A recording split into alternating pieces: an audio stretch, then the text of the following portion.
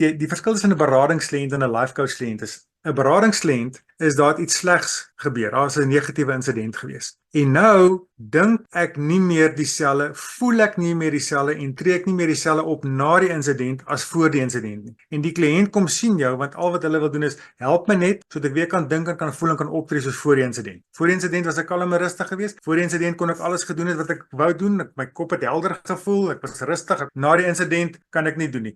My kop hardloop, ek het ontstellende gedagtes, ek sukkel om te slaap in die aand. Elke nou en dan slaan ek in sweet uit. So die insident was die rede daarvoor gewees. En so het ek mense gehelp, mense wat in motorongelukke was, mense wat in gewapende roof was, mense wat in die oorlog was, iemand wat in die Angola oorlog wat my kom sien 25 jaar later. Elke 4 keer in 'n week skrik hy wakker, papnat gesweet as gevolg van een insident wat daar gebeur het. En so die tegniek het ek aanvanklik ontwikkel vir die beradingskliënte en hulle daarmee gehelp. Ek het die resultate gekry wat ek wat ek wou gehad het en my vraag is beantwoord van hoekom sukkel mense vir 30 jaar as 'n insident in 30 minute gebeur het. So die tegniek wat ek aanvanklik ontwikkel het vir berading het toe nou begin stadig gaan oorgaan in sport in. En toe wat van daar af gebeur het, ander mense het my kom sien. Besigheidseienaars, entrepreneurs, verkoopspersone en ek het begin dink maar as ek hierdie tegniek kan gebruik om iemand te kan help wat deur 'n traumatiese insident was, hoe kan ek dieselfde tegniek gebruik vir iemand wat sukkel om sy verkope te verhoog, wat sukkel om hulle besigheid te groei, wat sukkel in hulle verhoudings en as konflik in hulle verhoudings, hoe kan ek die tegniek gebruik? En so het dit maar gebeur dat ek wil amper sê op trial and error gesê, kom ons kyk hoe werk dit en ongelooflike resultate gekry.